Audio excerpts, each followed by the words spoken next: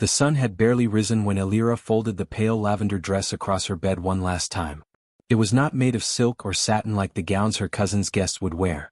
It was cotton, hand-stitched with trembling fingers over the course of several quiet nights, and trimmed with faded lace salvaged from her mother's old shawl. It wasn't beautiful in the way rich things were, but it was clean and made with care, and today it was all she had. The invitation had come late. A crumpled note delivered by a messenger boy who didn't wait for her reply. Her cousin Rianya, daughter of the merchant lord who owned half the city's riverfront, was marrying into even greater wealth. A nobleman's son. A wedding to eclipse all others. Elira had not expected to be included. Her family's shame, their fall from favor after her father's debts consumed their estate, was something her relatives had never let her forget. But here she was, summoned like an afterthought as if to check a box. Elira slipped into the dress, smoothed the front with both hands and gently tied back her hair. In a small cloth bundle she placed her gift, a wooden comb she had carved herself, etched with a pattern of vines and blossoms. It was all she could afford. As she walked the long road to the estate, past rows of blooming almond trees and carts filled with flowers and silk, her heart thudded against her ribs like a small frightened bird. The estate gates loomed, covered in twining gold and silk ribbons. Laughter and harp music floated through the air. Guests in embroidered robes and gemstone necklaces strolled across the manicured lawns.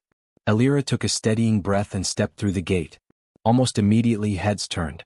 "Who let the servant girl in?" someone whispered. "Look at that dress, it's wrinkled.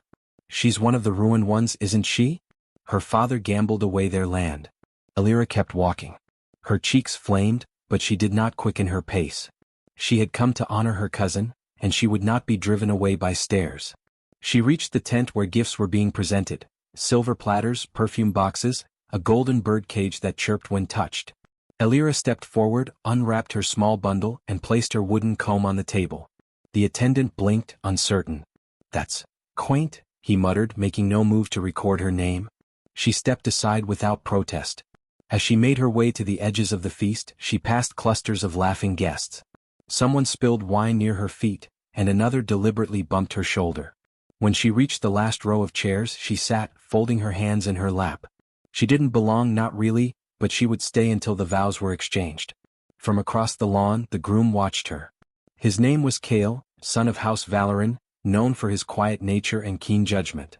Unlike others, he did not look away when Elira passed. He had seen the stiff nod the gatekeeper gave her, the way she held herself upright despite the stares. Something about her drew his eye again and again. The deliberate care in the stitching of her gown, the still dignity in her face, the way she had bowed before placing her humble gift. He asked one of the bridesmaids, "Who is she?" "Some poor relation," came the dismissive reply. "She wasn't even on the original list." But Kale didn't stop watching. The feast continued. Plates were filled, toasts raised, dances performed. Elira remained quiet. When servants passed with platters of food, they glanced at her, then moved on. She was not among the real guests, it seemed. And then, from behind her, a familiar voice cut through the din. "Oh, you did come," Rianya said, tone laced with false sweetness. "We weren't sure. You know how short notice can be, and these events are very formal." Elira rose, inclining her head. "Thank you for the invitation." "Congratulations, cousin." Rianya's gaze flicked over her dress, her calloused hands, her worn shoes. She smiled without warmth. "That dress," she said loudly, "did you make it yourself?" A few nearby guests turned to look. Elira nodded, unsure whether to be proud or ashamed. "How charming," Rianya said. "And the gift?" "A comb," Elira replied softly. "Carved from rosewood." "Handmade as well?" Rianya's brows lifted. Such a unique choice. The laughter wasn't loud, but it was sharp and it cut clean. "I'm sure someone in the kitchens can use it," Rianya finished. "But please, make yourself comfortable. Just not too visible." Elira's throat burned. She stepped back, her heart a stone in her chest. She felt every gaze on her as she returned to the far edge of the lawn, beyond the lights and music. She didn't cry. Not yet. But the ache inside her grew heavy. Kale watched it all unfold. He had not known much about Rianya's extended family, only that she came from wealth and ambition. But as he watched Elira retreat to the shadows, grace intact, his chest tightened. As the night deepened and lanterns lit the trees, Kale walked away from the bride's circle of admirers. He walked until he reached the edge of the garden, where Elira stood alone beneath the boughs of a fig tree. "I believe you made something beautiful today," he said quietly. She turned, startled. He gestured to the table where gifts had been displayed. "The comb. It caught the light. There's care in your work." Elira hesitated. "You're the groom." "I am," he said. "For now." She stared at him, unsure whether he mocked her. But his expression was calm, sincere. "Why are you here?" she asked. "Because," Kale said, "in a sea of people wrapped in silk and jewels, you were the only one who looked like herself." Elira said nothing, unsure how to hold such words. The music drifted on. Laughter rolled in the distance. She stood in her handmade dress, under the branches, a simple girl amid finery. But for the first time she felt seen, not as a guest, not as an obligation, but as a person worth knowing. The feast went on. But in the quiet corner of the garden, a different kind of beginning unfolded, one made not of gold but of grace. The feast was a riot of color and noise, golden streamers fluttered in the breeze, long tables overflowed with meats and sugared fruits, and music swirled around the courtyard like perfume. The noble guests drank from crystal goblets, their laughter rising like a tide with every toast, every inside joke, every whispered mockery that passed between them. The sun had begun to soften, casting honeyed light across the wedding estate, but for Elira, the brightness of the hour felt cold. She had been seated at the outermost table, close enough to hear the laughter of the bridal party, but far enough that no one would mistake her for one of them. Her place setting had been mismatched. A chipped plate, a fork too small, and no goblet at all. The seat beside hers remained empty throughout the evening. No one wanted to be seen next to the girl in the hand-stitched lavender dress. Still, Elira sat upright, her back straight, her gaze calm. She sipped the water brought to her in a clay cup and nibbled on the crust of a roll that had cooled by the time it reached her corner. She had no illusions about her place at the table. She was a formality, a token nod to family, a reminder of what had been lost when her father's debts swallowed their land and name. She did not expect warmth. But she had not expected cruelty either. The bride, Rianya, sat at the center of the long main table, flanked by glittering guests and fawning admirers. Her gown shimmered with gold threads, her smile flashed like a blade. With a glass raised high, she leaned into her circle of bridesmaids and said loudly enough for the surrounding tables to hear, "Let us all give thanks for the unique offerings we received today. Each one is a treasure. Some more than others." A ripple of laughter followed. One of the bridesmaids, a young woman named Lenith, with hair braided in strands of pearls, held up a wooden comb, twirling it mockingly between her fingers. "This one," she said, "was my favorite. Imagine the craftsmanship." She laughed as if she'd told the cleverest joke of the evening. Gasps and chuckles mixed across the tables. Elira froze in her seat. The comb, her gift. The only thing she had to give. Rianya clapped her hands, her eyes fixed on Elira. "Cousin," she called across the courtyard, "we were just admiring your token. Such detail. I didn't know you were so rustic." Elira did not look away. Her cheeks flushed with heat, but her eyes remained steady. She could feel dozens of stares settle on her like ash. "It must have taken you ages to carve it," Rianya continued, her voice syrup-sweet. "Or did you buy it at one of the market stalls with the painted gourds?" Another round of laughter erupted, sharper now, emboldened by the bride's cruelty. Kale, seated beside his bride, did not laugh. His goblet remained untouched in his hand. His eyes had already drifted toward Elira the moment the comb appeared. Now they studied her with a deeper intensity. Elira gave a small nod toward the head table, acknowledging the insult without lowering her gaze. Then she looked down at her plate and picked up her fork again, as if the entire moment had meant nothing. But her fingers trembled ever so slightly. "She's so quiet it's eerie," Lenith whispered loudly. "Do you think she's cursed?" "I heard her mother died of shame," another chimed in. "And her father, well, you know. No wonder she hides in threadbare gowns. If I were her, I'd stay in the shadows too." Kale's jaw tightened. From the start, he had suspected Rianya loved the idea of a wedding more than the truth of a union. She had crafted every detail of the day for spectacle, from the imported dancers to the gold-rimmed pastries. She had selected the guest list as if arranging pieces on a board, nobles, merchants, envoys, all placed for politics or prestige. When he'd asked her about her family, she'd shrugged. "Most of them are forgettable," she'd said. "Especially the poor ones." Now he saw it unfolding in full, this careful cruelty masked by smiles and laughter. And in its center was Elira, seated alone, radiating a kind of dignity that none of the bride's silks could rival. Alira didn't eat after that. Her appetite had vanished. She sat still as guests continued to chatter and servants refilled goblets. Once or twice she saw younger children glance at her with wide eyes, curious, perhaps confused. But none dared approach. And then, as if the evening hadn't already tested her, the games began. One of the bride's brothers proposed a toast. He stood, holding up a silver flute. "To the beauty of new beginnings," he said, "and to the generosity of all our guests, even those who have little to give." His eyes fell on Alira. The table erupted in claps. Rianya rose next, a smile painted across her face. "To family," she said sweetly. "Even the ones who remind us of how far we've come." Kale could take no more. He stood, pushing his chair back with deliberate calm. The laughter stilled as heads turned toward him. Rianya, caught mid-toast, blinked.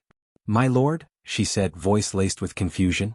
Kale picked up the wooden comb from where it had been discarded at the edge of the gift table. He held it aloft, examining the delicate carvings. Then, in front of the entire gathering, he set down his goblet, crossed the courtyard and walked to Alira's table. Whispers bloomed like fire across the crowd. Kale stopped in front of her. "Miss Alira," he said, voice clear. "May I sit?" Every eye watched. Alira nodded, stunned. Kale pulled out the empty chair beside her and lowered himself into it. He handed her the comb. "I believe you left this," he said simply. "I hope you know it is finer than anything else I've received today." Her fingers closed around it. For a moment no words came. The music had faltered. Even the laughter had died. Kale looked back at the crowd. "A gift given with care," he said, addressing no one and everyone, "carries more weight than one given with gold. What good is silver when it comes without soul?" Rianya's face had gone pale. Kale turned back to Alira. "Thank you," he said quietly, "for reminding me what grace looks like." Alira finally met his gaze fully and something passed between them. Not romance, not yet, but understanding. The rest of the feast passed in a strange, brittle quiet. The bride's laughter never quite returned. Some guests muttered. Others avoided looking at Kale at all. But Alira remained where she was, no longer alone. And her dignity, once mocked, now shone brighter than any jeweled crown. The sun had dipped low enough for lanterns to glow along the carved wooden arches of the celebration hall, painting golden light on silk-covered tables and glinting off goblets held by hands too used to power. The music slowed as the next course was served, spiced duck and sweetbread layered with crushed pistachios. The bride's table was a burst of laughter and rustling fabrics, every smile rehearsed and every glance charged with invisible currency. Alira, still seated on the far edge, kept her hands in her lap. Her half-empty plate had cooled long ago. Despite the cruelty earlier, she had not left. Some part of her, a small, flickering pride, told her to hold her place as long as she was allowed to. She did not drink the wine. She did not smile at the mockery. She watched, listened, endured. Then came the voice that cut the room like a blade. "She's doing it again." Rianya stood, hand delicately curled around the stem of her jeweled goblet, her expression one of exaggerated irritation. "Look at her," she continued, gesturing in Alira's direction with a dismissive wave. "Always watching. Always sitting like she's owed something." Alira looked up, startled by the sudden attention. Murmurs rolled through the hall like approaching thunder. "Forgive me," Rianya said louder now to the audience, "but is this not my wedding day? My moment?" And yet somehow the girl in the patched-up lavender dress still manages to draw attention. "I suppose tragedy makes for good drama, even better than wine." Laughter bubbled up from the surrounding guests. Not all, but enough to wound. "She hasn't spoken a word," Kale said suddenly from his seat. His tone wasn't loud, but it cut through the laughter. "She hasn't disrupted anything." Rianya turned to him, the smile never leaving her lips. "My love, you're too kind. You don't see it, but I do. The way she sits there like a ghost waiting to be noticed. It's unsettling." Alira slowly stood. Her cheeks were pale, but her eyes were clear. She didn't move to defend herself. She simply stood there, willing the humiliation to pass over her like a storm. "I don't need to be here," she said quietly, her voice barely audible over the hush that had fallen. "No," Rianya snapped, voice rising. "You don't. In fact, perhaps it's best if you leave. This is a celebration for family and friends, not for sympathy and stares." Gasps escaped from a few lips. A servant near the wall stopped moving, plate still in hand. An older aunt shifted uncomfortably in her seat, but said nothing. Alira took a breath, forcing herself to keep her head up. The lantern light caught the stitching of her dress, every tiny imperfection suddenly magnified by hundreds of eyes. She took a step back, away from the table, then another. "Wait," Cale said, rising to his feet, but Rihanna reached out and placed a hand on his arm, her nails tight against his sleeve. "She's leaving," Rihanna said sweetly. "Let her go." More laughter, crueler now because it was coming from relief, from people who didn't want to be caught between the bride and the poor girl with too much grace. As Alira moved through the hall, shoulders back despite the sting in her chest, the whispers began again. "Did you see her face? She thought she could impress someone. She probably hoped Cale would notice her. She always was a little proud for someone with nothing." Alira kept walking. Past the finely dressed guests, past the boy with cake on his chin who looked up at her with innocent confusion. Past the musicians who had stopped playing, their hands paused above strings and flutes. She passed the lanterns at the gate and stepped into the cooler dark beyond the celebration grounds. The night air met her with silence and the rustling of trees. Behind her, the music began again as if her absence had restored balance. She didn't look back. She walked until the light could no longer reach her dress. Until she could no longer hear their voices. The garden path curved along the orchard wall and led to a small wooden bench near a stone well. She sat there, alone with the stars, her gift comb still wrapped in linen in her pocket. She pressed her palm against her chest, willing the pain to settle, to still. But tears, uninvited and unwelcome, slipped down her cheeks. She didn't cry because of the insults. She didn't cry because she had been asked to leave. She cried because somewhere deep inside she had believed, for a foolish moment, that she could be seen as something more. That her presence could mean something. That Cale's brief kindness at the table might have been real. And now she felt the old familiar sting, the world's reminder that grace in rags was never enough. The well creaked gently beside her as the wind stirred. She wiped her tears with the hem of her sleeve and stared at the stars. She would not return to the hall. She would not plead or explain. Let them toast their victories. Let them mock her dress and her silence. She had endured worse. But just as she began to rise from the bench, she heard a sound, a footstep. Then another. Not hurried, not loud. Deliberate. She turned, heart quickening. Cale stood at the edge of the garden path, silhouetted in the lantern glow that reached just far enough to illuminate his face. His coat was still buttoned, his expression unreadable in the half-light. "You shouldn't have come after me," she said, voice hoarse from restraint. "I didn't want to stay," he replied simply. For a moment, neither moved. The world around them, the rustling trees, the chirping crickets, the soft wind, held its breath. "You spoke once about grace," he continued, taking a step closer. "Tonight I learned what it really looks like. Not at the main table. Not in crystal goblets. It was you." Alira looked away. "Don't say kind things just to ease your guilt." "I don't feel guilt. I feel shame. That I let it go on. That I let them speak like that while I sat silent." "You tried," she said softly. "Not enough." He looked down at her dress, still dusted with crumbs and dirt from her hasty retreat. "They made a show of cruelty. But you?" "I made a show of surviving." Cale gave a quiet nod. "Then let me walk you home. Not as pity. As respect." Alira hesitated. She still wasn't sure what any of it meant. But as he offered her his arm, not with pomp or pride but with quiet sincerity, she took it. They walked into the night together, away from the golden lights, past the laughter and lies, toward something neither of them could yet name. The sky opened in full, the kind of downpour that blurred the edges of everything. Roofs, trees, even the cobbled path beneath Alira's bare feet. Thunder cracked faintly in the distance, but it was the sound of rain that swallowed the village. It drummed on thatched rooftops, spilled down wooden eaves, flooded into puddles that mirrored flashes of silver lightning. But Alira didn't flinch. She walked forward, her handmade shoes long discarded, soaked through. Her once bright lavender dress clung to her frame like a second skin, heavy, wrinkled, and dulled in the storm. Her hair, pinned so carefully earlier, now lay in wet ropes down her back. She didn't look up. The rain was a welcome mask. She passed shuttered homes, warm candlelight glowing from behind slats where people peered out but did not open their doors. They'd seen her leave the wedding. They'd heard the bride's order. They'd watched her go, and now they watched her walk through the rain like a ghost, unwelcome even at a celebration. Each step pulled at her memory, sharp and jagged. She remembered the first time she was laughed at for bringing wildflowers to a birthday, how the petals had been crushed in someone's careless hand. She remembered sewing her own dresses from scraps as a child while her cousin Rihanna was fitted in silks. She remembered offering to help cook during family feasts, only to be told to stand aside, so she wouldn't ruin anything. And yet, through all those things she had smiled. Had believed, somehow, that kindness would be seen. That if she gave more, loved more, forgave more, she'd be accepted, or at least respected. But tonight had taught her something different. Kindness alone could not silence cruelty. It could only hold it in her hands like glass until it cut too deep. Lightning flashed again, and Elira blinked against the sting in her eyes. The village well loomed ahead, the path curving beside it.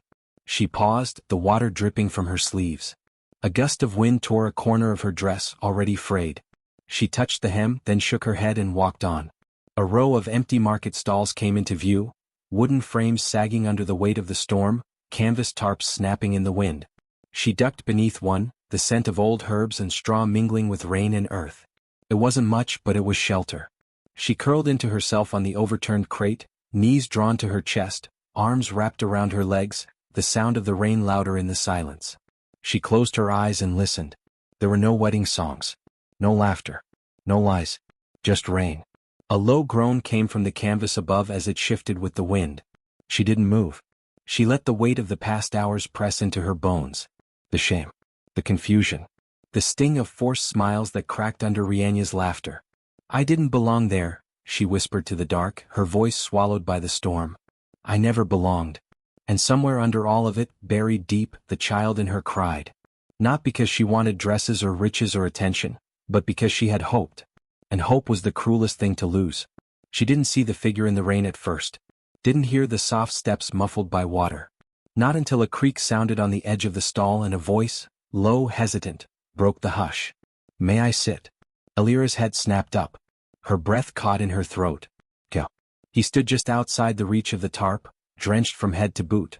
His finely tailored coat clung to him, soaked and dripping, his dark hair plastered to his forehead. There was no trace of wedding ceremony in him now, no crown of flowers, no champagne charm. Just a man standing in the rain, waiting. Elira didn't answer. Cale stepped forward slowly, then ducked under the tarp and settled across from her on the wooden stall floor.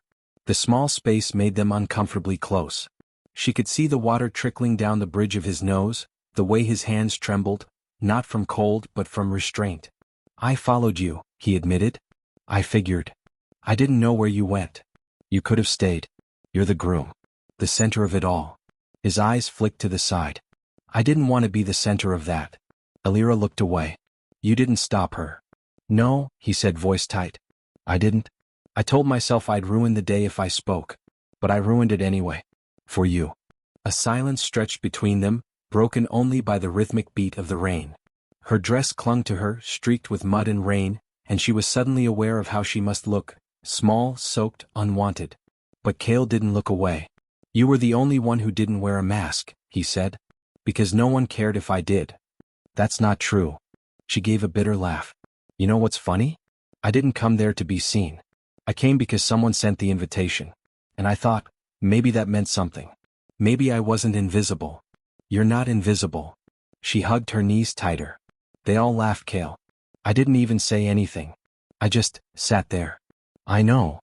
I just wanted to celebrate your marriage. His expression faltered. I didn't want to marry her. Elira blinked. What? I didn't want to marry Rihanna, he said again. I was pushed into it. Families. Promises. Power. But tonight when I saw what she did, what they did, I couldn't keep pretending. She stared at him. So what now? You follow me into the rain, say kind words and go back when the sun rises? No, he said quietly. I came because I needed you to know the truth. That you were the only one in that entire hall who carried any grace. And I couldn't let you walk away thinking you were small. Elira let the words wash over her like the rain. But you will go back, she said. I might. I don't know what waits for me there now. You'll be expected to fix it. He nodded. Maybe I will. Maybe I'll burn it down. Elira allowed herself a slow breath. Why me, Cale? Because when you smiled, when you tried to smile, you lit the room better than any lantern. And when they tried to extinguish you, you didn't fight back with anger. You stood and left. Dignity like that, it doesn't belong in the mud. She studied him. In the pale glow of the storm, his eyes looked darker, clearer. She wanted to believe him. But belief was fragile. Cale reached into his coat pocket and pulled out something wrapped in oilcloth. He offered it to her. She hesitated, then took it. Inside was her gift. The wooden comb she had carved and sanded for the wedding, shaped with swirling lines and embedded with a single amethyst shard she traded for at the market. I found it near the head table, he said. She dropped it. Alira turned it in her hands. The wood was damp but whole. Somehow it hadn't broken. Like her. She didn't speak for a while. Then, I need time. I'll wait, Kale said softly.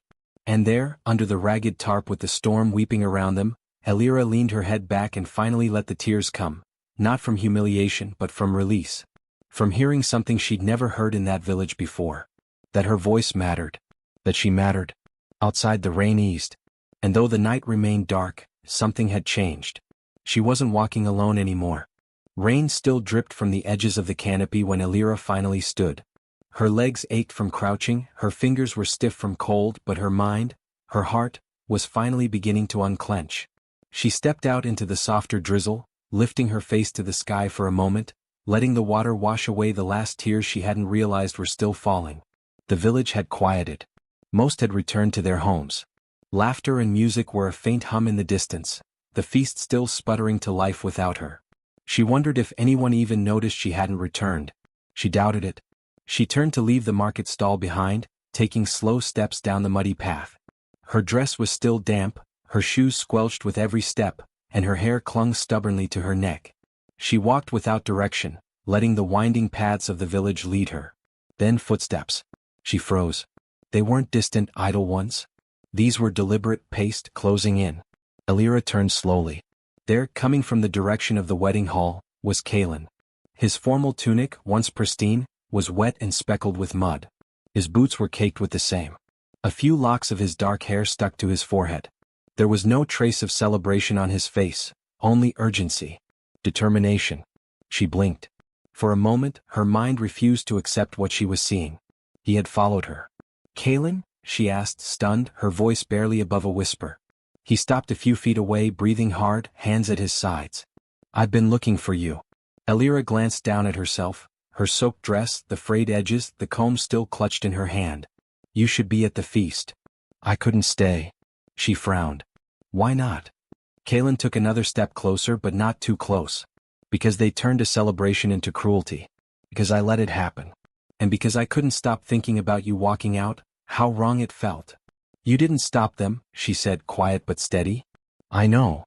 His voice cracked. I hate myself for that. I sat there and watched. And I did nothing. Silence passed between them, filled only by the soft rhythm of dripping water and distant thunder rolling over the hills. Why are you really here? She asked, folding her arms, more out of defense than cold. Kalen hesitated. Because I needed to know who you really are. Her brow furrowed. You don't even know me. That's what I realized. He took a breath. I sat at that table, surrounded by people I've known for years, and not a single one of them made me feel what you did just by sitting quietly. You didn't demand attention. You didn't ask for praise. And yet, when they mocked you, it was you who left with your head high. That's not weakness, Alira. That's strength. She looked away, suddenly unsure of what to do with her hands. It didn't feel like strength. I watched the way you offered your gift, how carefully you'd wrapped it, how you waited even knowing what they'd say. And when they laughed, you didn't fight back even though you could have. That kind of dignity doesn't come from pride. It comes from knowing your worth even when others don't. Her lips parted, but no words came. Kalen stepped a little closer. I've spent so long among people who believe money makes them superior. I thought I was immune to that mindset, but I wasn't. I saw how they looked at you. I saw how you looked at them and still gave. You don't owe me anything, she said softly. I'm not here because I owe you, he said. I'm here because I couldn't walk away without trying to know you, not the version they framed you as, but you. The girl who made a comb by hand. The girl who endured scorn with grace. The girl who walked into the storm and kept walking. Alira's heart thundered in her chest. Part of her wanted to retreat, to shrink away before he could say more, before the sincerity in his voice became too much. But another part of her, deeper and older, rooted in years of being unseen, flared alive. Why would someone like you care? She asked, unable to hide the doubt. You're wealthy. You're marrying into more wealth. You could have anyone. Maybe that's the problem, he said. Maybe I've had too many people who want me for what I have, and none who see who I am. Until tonight. Her breath caught. I watched you leave, Kalen continued. And all I could think was, she's the one I should have noticed long ago. I didn't care about the feast anymore. I didn't care about the whispers or the flowers or the dances. I just needed to find you. Alira looked up at him. The drizzle was easing now, the clouds thinning into gray instead of black. The first stars were peeking through the mist, hesitant but real. Do you really want to know me? She asked carefully. Yes, Kaelin said simply. Not as a guest at someone else's table. Not as a cousin on the edge of a family tree. I want to know the girl who walked away instead of staying and breaking. She hesitated. Then, slowly, Alira reached into her satchel and pulled out a second carved item. A small wooden bird, half-painted, unfinished. She offered it to him. I started this a while ago, she said. I never finished it. I didn't think anyone would ever care about something so small. Kaelin took it gently, cradling it like something fragile. It's beautiful. It's real, she said. So are you. Their eyes locked. And though no declarations were made, no sudden magic bound them together, something unspoken passed between them. Not a promise, but an opening. Kaelin stepped beside her. Will you walk with me? Alira didn't answer at first. She looked back toward the market stall, then toward the path ahead, the same path she had wandered alone, but which now felt changed. Yes, she said finally. But not behind me. With me. Kaelin smiled. Of course. And together, in the quiet aftermath of rain, they walked side by side, neither toward the feast nor away from it, but toward something entirely their own. Kaelin didn't say where they were going when he took her hand, only that it wasn't far. The village paths had grown quieter still. Lamps flickered low in windows, and the hum of music from the feast had softened to a distant, ghostly murmur. Alira hesitated when the path turned uphill. We're going to the manor? She asked. He glanced at her with a hint of a smile. Not quite. Behind it. She almost stopped. The idea of going anywhere near that estate, after everything, made her chest tighten. But there was no mockery in his eyes, no smugness, no sense of obligation. Only a quiet certainty that she had a choice. Will there be more whispers? She asked softly. No one else will be there, he said. She nodded once and followed. The path wound through a narrow trail flanked by tall hedges and flowering vines, brushing their shoulders with the scent of moon blossoms and earth. A stone arch appeared, hidden in the dark, half swallowed by ivy. Kaelin pushed it open with both hands, revealing a space beyond unlike anything Alira had expected. It wasn't a garden meant for show. It was wild but intentional, bushes allowed to grow full, roses tumbling over fences, and lanterns tucked between branches instead of hanging in orderly rows. A pond shimmered under the stars, ringed with smooth stones and soft moss. There were benches that looked handmade, each slightly different. Wind chimes sang gently in the night breeze, and the air smelled of lavender and damp earth.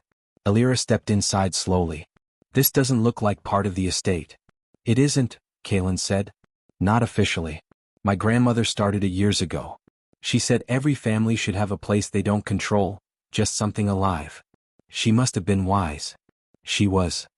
He looked around, a shadow crossing his face. She died 3 years ago. After that, no one came here much. I think they were afraid it would remind them of someone who didn't care about status. They walked slowly around the pond's edge. Alira knelt to touch one of the broad-leafed plants, her fingers brushing dew. It's beautiful, she murmured. It doesn't try to impress. It just grows. I think that's why I brought you here. She looked at him. I thought I needed to impress people, he continued. Dress well. Smile at the right moments. Say the expected things. But none of that feels real anymore. Not when I'm around you. Alira sat down on one of the wooden benches, its paint weathered and peeling. Kaelin joined her after a moment, keeping a respectful space between them.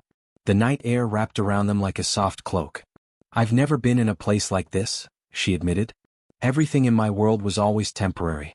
Borrowed. Conditional. Conditional? He asked. She gave a small laugh, humorless. My clothes were borrowed from neighbors or stitched from scraps. My place at the table was given only when it made someone else look kind. Even my invitation to the wedding was conditional. Be quiet, wear something modest, don't draw attention. Kaelin looked at her, his face shadowed in the lantern glow. And yet you gave a gift. I carved that comb over weeks, she said. I don't have much, but I give when I can. I thought, maybe if I brought something useful, they'd see I wasn't there to take anything. They didn't deserve it, he said. But I'm glad you came. Alira lowered her eyes. Why? Because if you hadn't, I wouldn't have known how blind I was. They sat in silence for a while, the kind that doesn't need filling. The pond reflected stars and the roses rustled in the breeze. I didn't think anyone would ever follow me, Elira said eventually. People leave, not follow. I didn't follow to fix something, Kaelin said. I followed because I wanted to understand. She turned her head. Understand what? What it means to live without expectation. To do the right thing when no one rewards you. To be kind in a room full of cruelty. Her throat tightened. Was it always like that? He asked. Your life. She nodded. After my parents died, I was passed between relatives. My aunt took me in last. She's the bride's mother. I worked in her home, helped with meals, cleaned, but they never called me family. Only servant. I was never meant to outshine my cousin even by accident. That's why they hated that I was noticed. Kaelin clenched his jaw. That's not family. No, she said softly. It isn't. He turned to her more gently now. And what do you want, Elira? Not what they expect. Not what they allow. What do you dream of? The question caught her off guard. No one had ever asked. Not really. She looked down at her hands. I want space. A place where I can create things, carvings, tapestries, even stories. I want people around me who care whether I'm quiet or laughing. I want to be seen. Not pitted. Not tolerated. Kaelin's voice was warm. You deserve all of that. And you? She asked. What do you want? He hesitated. I want to stop performing, he said. To stop pretending that legacy matters more than kindness. My family expects me to uphold tradition, wealth, name. But I want to build something that's mine. Something real. Even if it doesn't come with chandeliers or feasts. Elira tilted her head. That sounds like your grandmother speaking. She'd be ashamed of what tonight became, he said quietly. But maybe proud that I left the table. A silence fell again, comfortable this time. The wind slowed. The pond stilled. Elira, Kaelin said after a long pause, I don't know what's ahead. I don't know what my family will say or what the village will think, or even what you want from this. But if you ever choose to walk with me again, it will be because you chose it. She looked at him. In the glow of the lanterns, with the shadows soft around them, his expression was open. Honest. Not pleading, not trying to win her, but offering something rare. Respect. She smiled, just slightly, but it reached her eyes. I don't know what I want yet, she admitted. But I think I'd like to find out. Somewhere like this. Somewhere that grows wild and doesn't ask permission. Kaelin smiled, slow and real. Then stay a while, he said. We have the night. So they did. They talked until the stars moved across the sky. He asked about the first thing she ever carved, and she told him it was a tiny spoon for a doll she never owned. She asked about the first time he disobeyed his father, and he told her it was to let a farmhand rest longer after a sickness. She spoke of loneliness. He spoke of pressure. They shared laughter, quiet and rare, and moments of silence filled with more meaning than a room full of speeches. When she finally stood, the first threads of dawn were unraveling on the horizon. I should go, she said softly. He nodded. I'll walk you back. She looked around the garden, imprinting it in her memory. Will you keep it wild? For as long as I live. And though no promises were spoken, the warmth between them remained, a quiet, unfolding blossom. Something was growing. And this time it didn't need approval to bloom. The morning sun had not yet risen fully when Elira returned to her small cottage at the edge of the village. The garden's memory still clung to her, its hush, the feel of moss beneath her feet, the strange comfort of being seen and heard for the first time. She hadn't slept. But for once, the sleeplessness wasn't born of pain. In the grand estate on the hill, however, a very different morning had begun. By the time the cook entered the bride's chamber with a tray of honey cakes and warm tea, rumors were already drifting through the estate halls.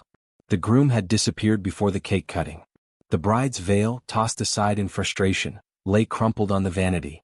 They said he was seen on the village path, a maid whispered behind her hand. In the rain.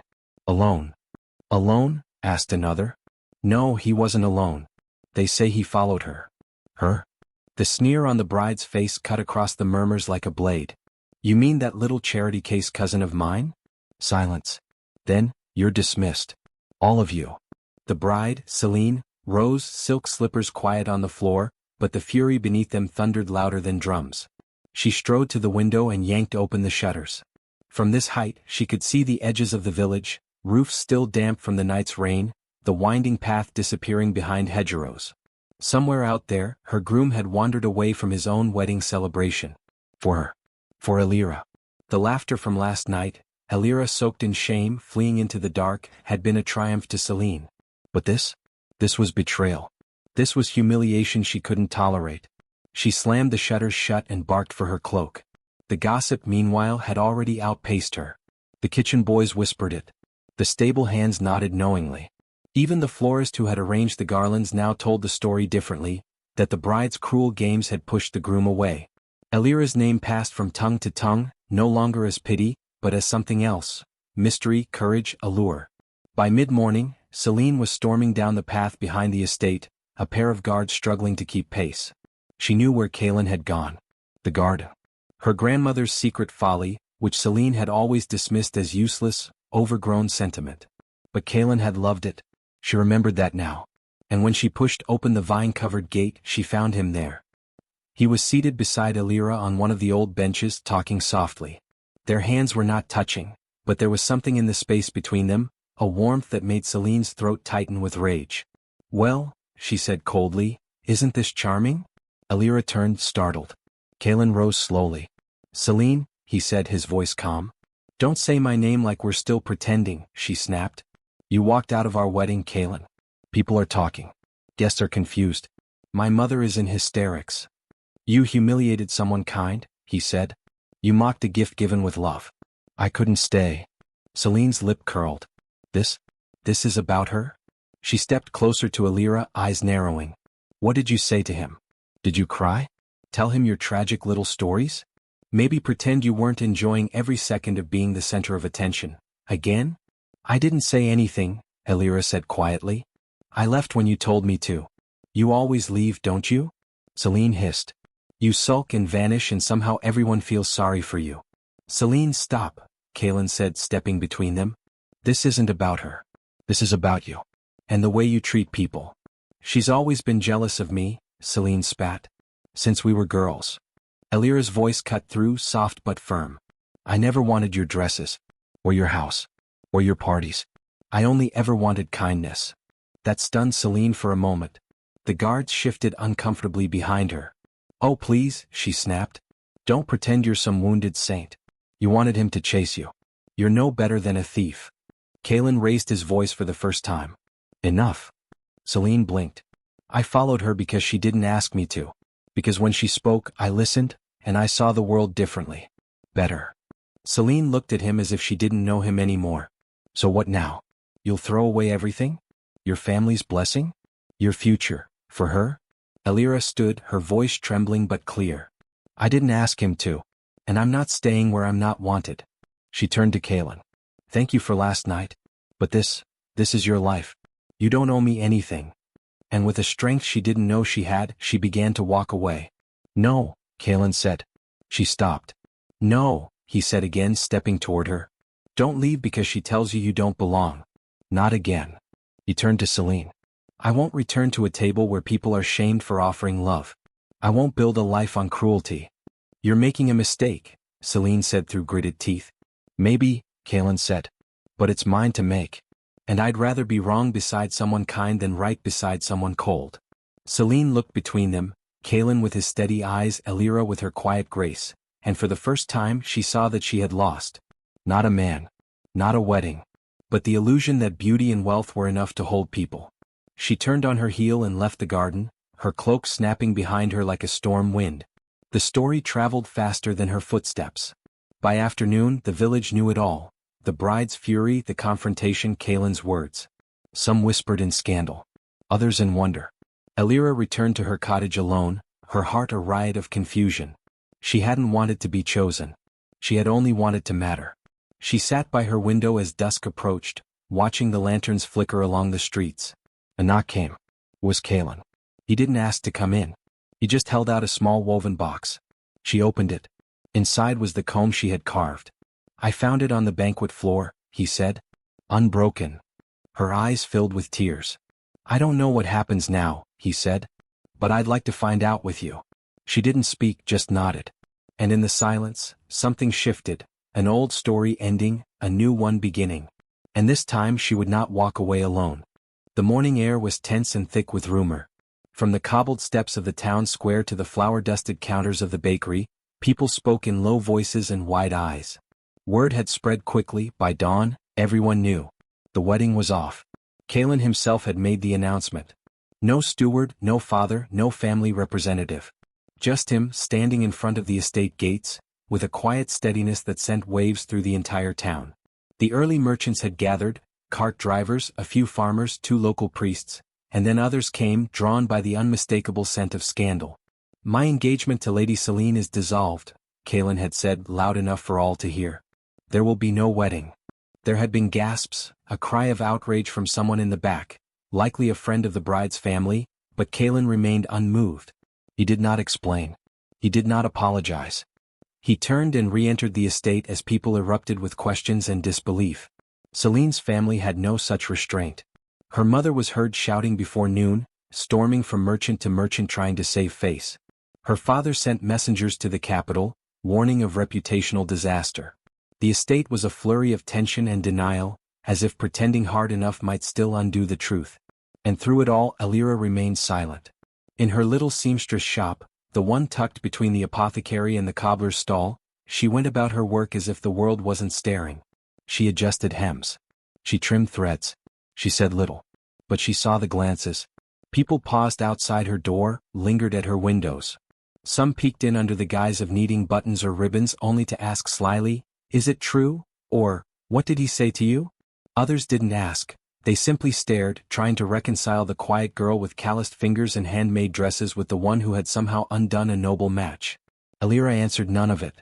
Not because she was afraid, but because she knew gossip feeds on fuel, and silence was the only thing strong enough to starve it. Still the whispers grew. They said she had enchanted him. That her eyes were witchlit. That she wore perfume made from forgotten herbs. Others, softer in tone, said she had simply been kind to him, and that kindness, so rare among the silk-draped and gold-ringed, had made him see clearly. There were arguments in the market square over which version was more likely. By mid-afternoon, her hands trembled from the effort of staying composed. The needle slipped once, twice. She pricked her finger and watched the blood bead up like a ruby on her skin. She stood and walked to the door, needing a breath of air. That's when she saw the bouquet. It sat on her doorstep, not extravagant, not grand, just a bundle of wild herbs and garden blooms, tied with a strip of linen. No note. No signature. But she didn't need one. She knew it was from Kalen. Alira brought the flowers inside, set them in a clay jar, and stared at them as if they might explain the world. For the first time in years, something like a smile touched the edge of her lips. That night, as the lamps flickered low and the shops closed one by one, the town slowly quieted. But inside their homes people kept talking. About the broken engagement. About the groom who followed a girl into the rain. About the woman who didn't fight, didn't boast, didn't claim victory, just returned to her needle and thread as if nothing had changed. And somehow that made everything change. By morning, a few customers came not to gawk but to order dresses. Not because Alira was suddenly famous, but because something about her felt steadier than gossip. Honest. Grounded. She took each order with grace, wrote measurements with her usual care, and offered fabric suggestions without ever mentioning the name Kalen or Celine. But when she stepped outside that evening and saw him waiting quietly across the square, hands in his coat, eyes on the fading light, she didn't turn away. She walked toward him. And the whispers followed, but this time they weren't quite so cruel. Weeks had passed since the wedding that never was. The town, once abuzz with cruel laughter and biting speculation, had slowly turned its attention elsewhere. A traveling bard had arrived. A new baker had opened shop with honey-dipped loaves that melted on the tongue. Life resumed, though it still felt slightly different, as if something in the town's rhythm had shifted, quietly, without fanfare. Alira had kept her routine unchanged, or at least she tried to. She opened the shop at dawn. She stitched late into the night. Her fingers bore new calluses, and her coin jar, once rattling with emptiness, now filled slowly from the steady orders of townsfolk. A few had come sheepishly, trying not to meet her eyes as they placed requests, as if ashamed of the things they once said, or failed to say. She accepted each customer with the same quiet courtesy. Not out of coldness, but because her heart was still learning what it meant to receive kindness without suspicion. Then one morning she found something different beneath her shop door. Not a flower this time, nor a note scribbled in haste. It was a formal parchment, sealed with dark blue wax. No family crest. Just a simple emblem. 2 clasped hands beneath a canopy of stars. She opened it slowly. It was not a ball invitation. Not a summons from nobility. It was something else entirely. You are warmly invited to the first annual autumn fair, it read. A celebration of local craftsmanship, open hearts, and second chances. All are welcome to walk freely, proudly, and equally. At the bottom, in smaller writing, Elira, your work is already part of it. Come and see. There was no name. But she knew who had written it. Elira's hands trembled slightly as she folded the parchment. She stared at it a long while, unsure what to feel. This was not a world she was used to, one that invited her without condition, one that asked her to be seen. For a moment she considered not going. Remaining safe in her quiet shop, behind fabric and thread. But something stirred in her. Not pride. Not revenge. Something softer. Something that had been buried too long. Hope. She chose her simplest dress, one she had designed years ago but never had reason to wear. Deep green, stitched with tiny embroidered branches curling around the hem, delicate but strong. She braided her hair herself, letting it fall long over her back, unadorned. She carried nothing with her. This time she would arrive not as a shadow, not as an afterthought, but as herself. The fair stretched across the village square. Colorful banners rippled in the wind and laughter filled the air, not mocking but light-hearted, real. Stalls lined the paths, painted pottery, carved wood, woven baskets. Musicians played at the corner stage. Children darted past in loops, faces sticky with candied fruit. And in the center stood a tall canopy of linen and wood, draped with embroidered flags, her embroidery. Elira stopped, breath caught in her throat. Dozens of pieces she had sewn were on display, tunics, shawls, skirts, all labeled with her name. Not just seamstress, but Elira of the Threaded Bloom. A name Kaelin had once said sounded like something from a poem. The villagers moved easily around her, chatting, laughing, admiring. No one sneered. No one whispered. Some even smiled at her directly, nodded. A few approached to tell her how much they liked the design of this or that piece. A woman asked about a shawl pattern. A young boy said his sister wore one of her dresses and spun in it for hours. Elira answered them with soft words, still surprised but grateful. Then the music quieted. The crowd stilled as Kaelin stepped up onto the central platform. He wore no noble cloak. No ceremonial badge. Just a simple tunic, soft blue, with worn boots that told of weeks spent preparing this celebration himself. He held no scroll. He did not clear his throat. He just looked at the people, then directly at her. There are many ways to measure strength, he began. Some think it's found in gold. In titles. In how loud a voice can carry over a room. But today I want to celebrate a different kind of strength. The crowd watched him silently, listening. A strength that endures laughter meant to wound. That walks through rain, through rejection, and still chooses to give. A strength that sews dresses when no one is watching, and keeps sewing even when they do. He paused. I saw that strength not in a ballroom but outside it. In someone who brought kindness to a cruel place and dignity where there was none. I have never admired anyone more. Elira's breath caught. She could feel dozens of eyes shift toward her, but they were not hard this time. Not judgmental. They were soft, curious, open. Kaelin stepped down from the platform and walked through the crowd. Each step deliberate. He stopped in front of her. Elira, he said, his voice low but sure. I do not ask you to marry me. I do not ask you to become someone else. I ask only this. He extended his hand. Will you walk beside me? Not behind. Not in secret. Beside me as an equal. Silence hung in the air. Elira looked at his hand. Her fingers curled slightly, hesitating. She remembered being kicked out of the wedding hall. She remembered the rain on her back as she walked away alone. She remembered every moment she was made to feel less beautiful, less worthy, less welcome. Then she looked around.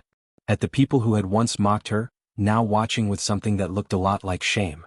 At the children who didn't understand the politics of cruelty, only the wonder of music and color and kindness. At her dresses on display. Her name written proudly. She reached out and took his hand. The crowd exhaled in a swell of applause, but Elira didn't hear much of it. She was too busy noticing how, in this moment, her hand did not tremble. She walked beside Kaelin as he led her through the fair, not toward a throne, but toward a bench near the music, where they could sit like everyone else. Equal. Grounded. True. And for the first time she felt not like a guest in someone else's celebration. She felt like she belonged. The dress was different this time.